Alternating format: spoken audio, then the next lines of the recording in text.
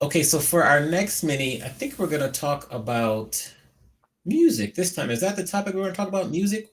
Amani, we're talking about music, and I have to tell you, our first mini I loved. It was so fun.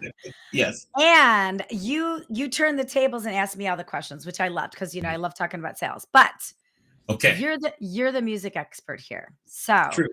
I want to talk about music in a lot of different ways. Like I want to first talk about music in business. Mm, So how can those of us out there, like I know, I'll give you an example, like Jesse Itzler, an awesome keynote speaker. And in the last 2 years, he incorporated a live DJ on stage with him that actually like plays really cool beats throughout his keynote speech. And it has escalated the impact of his speech. So that's yes. just one example on a stage. But how do you utilize music in business? Like, what are we missing out on? Because people learn through Mhm. listening or singing music. So how are we missing out on the music part of business?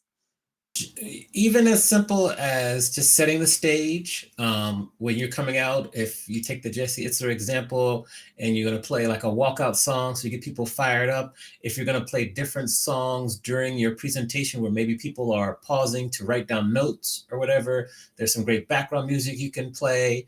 If you want to communicate a specific strategy but use music as like the red thread or the thread that takes you all the way through, that's possible. You can allow guests in the audience to use music to express themselves. People learn in different ways. It could be visual, it could be auditory through music, it could be a combination of all the above.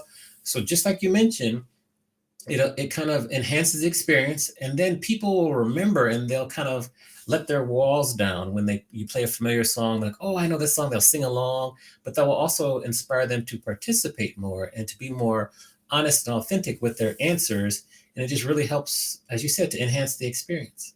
I love that. Okay, now what about lyrics? Mm. How can people utilize maybe not the melody or the actual song, but how have you seen or how do you suggest people use actual lyrics to different music in their business practice? Lyrics powerful. I think, traditionally lyrics have been more powerful than they are currently because depending on the genre of music you're watching. I You're feel listening there's a to. bias. There's a bias Yes, here. lyrics can be powerful because you can use them to further prove your point. You can use them to further express yourself. As we're talking, I'm trying to think about just impactful lyrics. I can't really think of any right now, but like if say you want to, your theme of like a sales kickoff is like, resilience. And so maybe you're gonna take the lyrics from Christina Aguilera's song Stronger or whatever. Mm, And you just use those lyrics to um, further make the theme hit home. I just mhm. think lyrics are hidden value that you can use. I love a good lyric. I try to write lyrics myself. I do write some good lyrics myself, actually. And I think Ooh. that that's kind of like, it's not a dinosaur because there's still some artists out here that will write good lyrics, but it was more impactful in the past than it is currently. Yeah, I remember, when I worked for Hard Rock Hotels, we were speaking and living in lyrics all the time, and I kept thinking, "Just because this is the brand that I work for, doesn't mean this can't be something transferable to all business." I mean, it was during 2008 and everything was crashing during that time, and I changed my signature line to say, "The future's so bright, you gotta wear shades." So Mhm. I even think there's just ways you could interact with people by doing some sort of lyric too.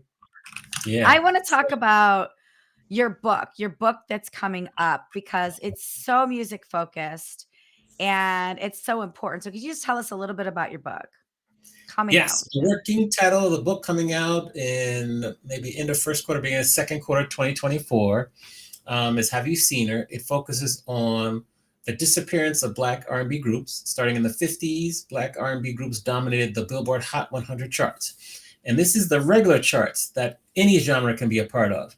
And from like the 50s all the way to about the mid 2000s, once Destiny's Child and Beyonce left, they just fell off a cliff and no more, the no more. So I talk about the whole history from the 50s, each decade, all the way to 2000s.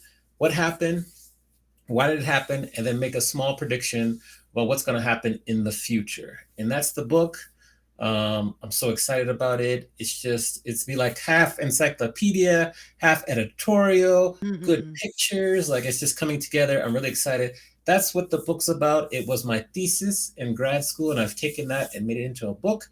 I'm also trying to Oh, figure out how we're going to work the audio version because it's all about music. So that's what the book's about. I'm super excited.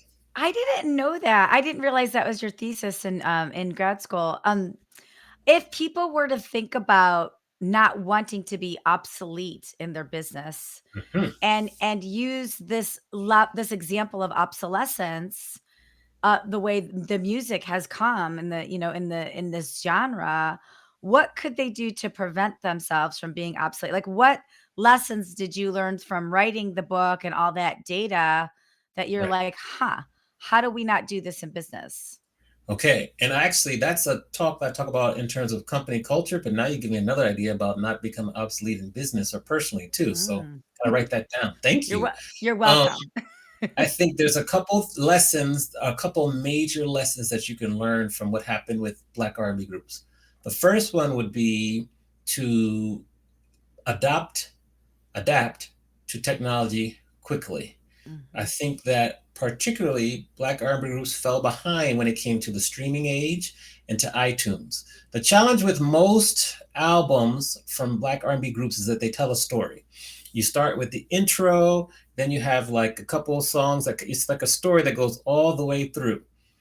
When the model for music shifted from album based, when you have CDs, to then you had iTunes and streaming. iTunes and streaming really promotes singles. It's a singles base. People can pick and choose what songs they like to either purchase or stream. That caused, that caused the format, the majority format for Black R&B groups to kind of be passe.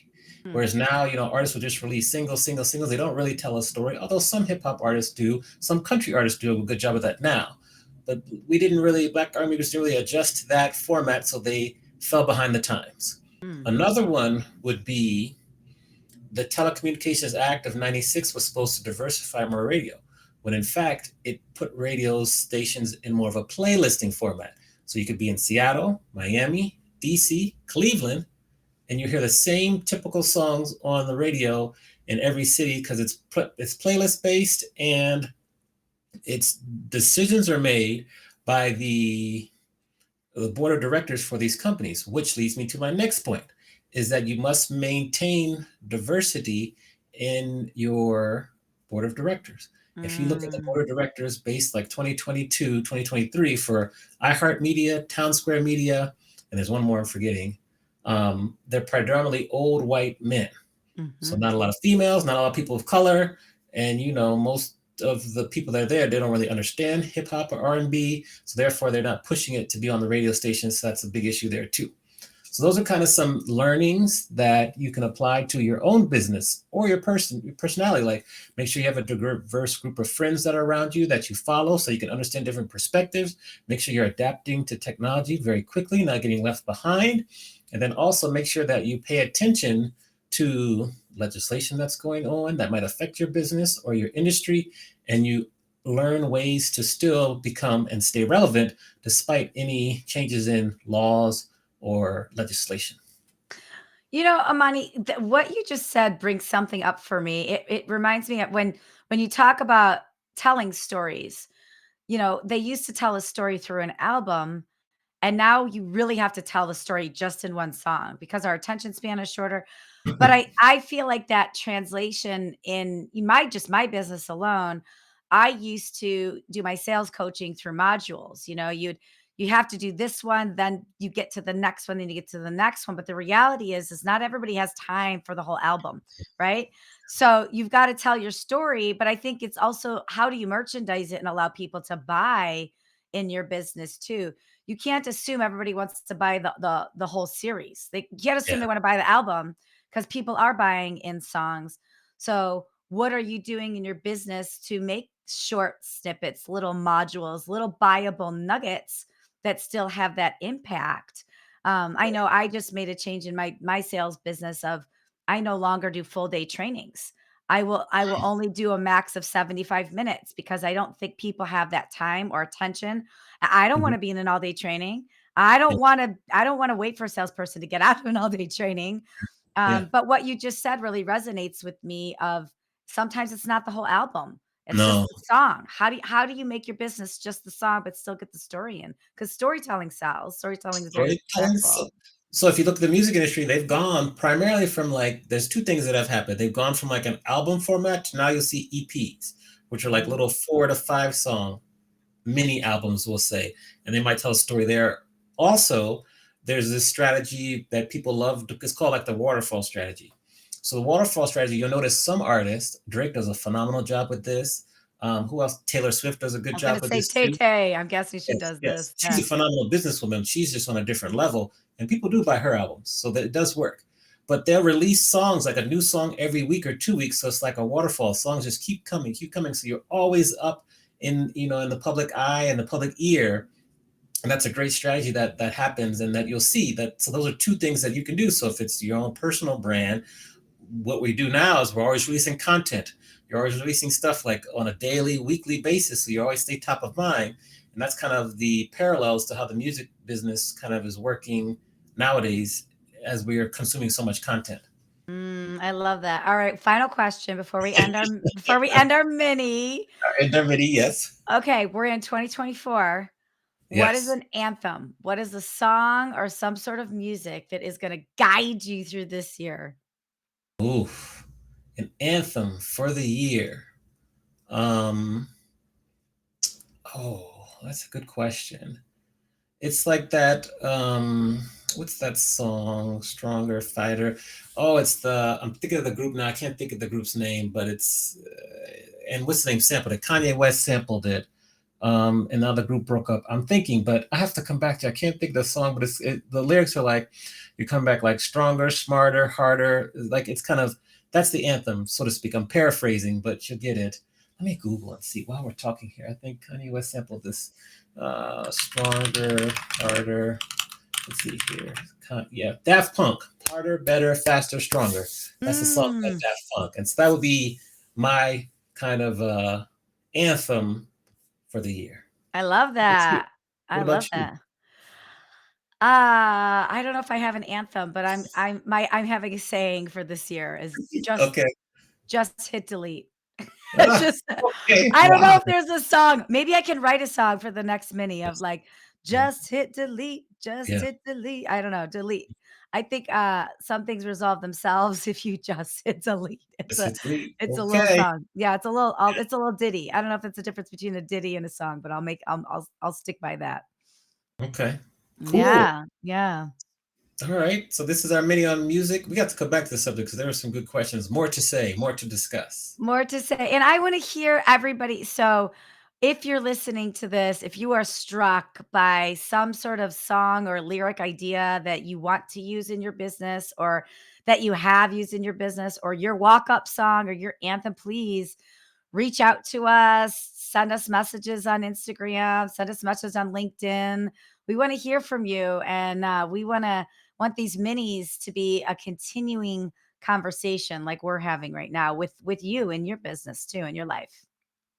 Love it. All right. We'll see you all next time for the next mini. Stay safe and see you soon. See you Bye. soon. Bye.